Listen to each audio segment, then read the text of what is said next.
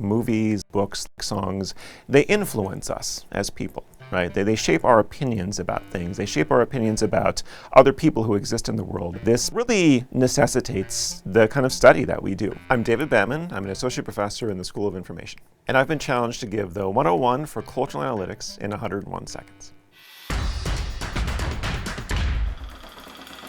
What drives my own research is in designing new computational methods that can reason about culture at a scale beyond what any of us individually can experience. So let me give you an example. Think about the last book that you read.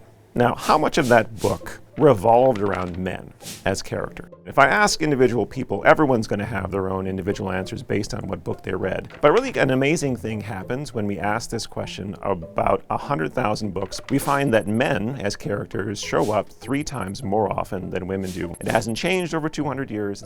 Women as authors give equal screen time to men and women as characters. Men give 3 to 4 times more screen time to characters who are men than to characters who are women.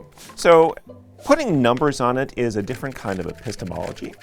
A lot of the work here in cultural analytics is thinking about these difficult computational measurements, and then to design an algorithm that effectively reproduces what a human judgment would be about this really complex construct. One of the projects that we have ongoing right now is trying to track the history of a bunch of film techniques in movies going back to 1922. Where do we see the introduction of the close-up, right, or the extreme long shot?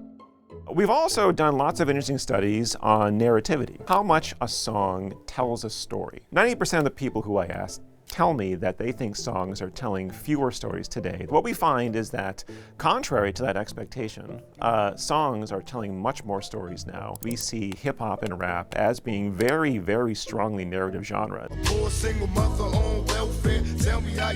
What I enjoy most about this work is really the human connection that I have to it. All of this is really what motivates me to get up and come to the office and work on this stuff every day.